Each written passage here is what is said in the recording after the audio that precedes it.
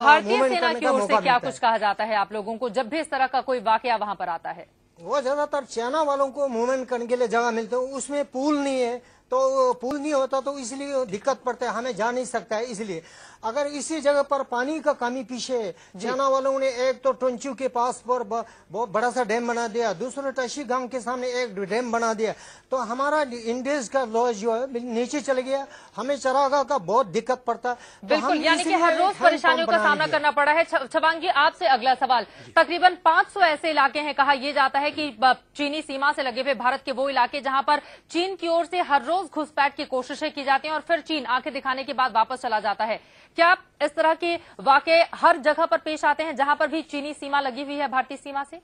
जहां जहां भी सीमा क्षेत्र में हमारी बस्ती है, हमारा हैबिटेशन है, वहां पर लोगों को बड़ी दिक्कत है।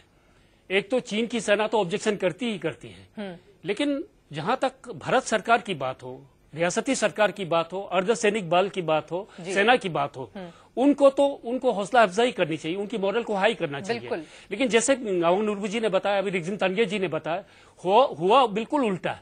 जब भी वो कोई निर्माण का काम करते हैं, चाहे मनरेगा के तहत करते हैं, तो हम उसे रोक पाने में नाकाम, मतलब वहां से लोग ऑब्जेक्शन करते हैं और भारत सरकार की तरफ से उस तरह रोका जाता है और ये कहा जाता है कि वो नाराज हो रहा है, ऑब्जेक्शन कर रहा है, तो हमें उनके चीन के लोग ऑब्जेक्शन करते हैं, इस वजह से हम अपने कदम पीछे खींच लेते हैं, आप ये कहना चाह रहे हैं? बिल्कुल। और ये जो आपने अभी सवाल पूछा कि जितने भी हमारे 500 किलोमीटर क्षेत्र में जितने भी सेंसिटिव बॉर्डर एरिया इलाके हैं वहां के, बहुत इलाका है। चुमूर का मैं एक इंसिडेंट आपको बताना चाहता हूँ। क्योंकि वक्त की कमी है, इस वजह से हम आगे इस मामले पर चर्चा करेंगे, लेकिन इन लोगों की बातचीत से यही बातें उभर कर सामने आई हैं कि दरअसल चीन हर रोज एक एक इंच करके हमारी सीमा में घुसपैठ करता है और कहीं न कहीं हमारी विदेश नीति की ये कमी है कि हम इस तरह से अपनी बातों को चीन के सामने रख नहीं पाते हैं। और शायद सलमान खुर्शीद जब चीन की यात्रा पर गए हुए थे, जरूर कहना चाहता हूँ, बहुत संक्षेप में, जैसा आपने कहा कि उस 500 चुमूर जो है साउथ ईस्ट में हमारा आखिरी जो हिमाचल से लगती हुई वो फ्लैश पॉइंट है, उससे लेते कि सियाचिन की बेस तक का जो सीमा क्षेत्र है, उसमें अब तक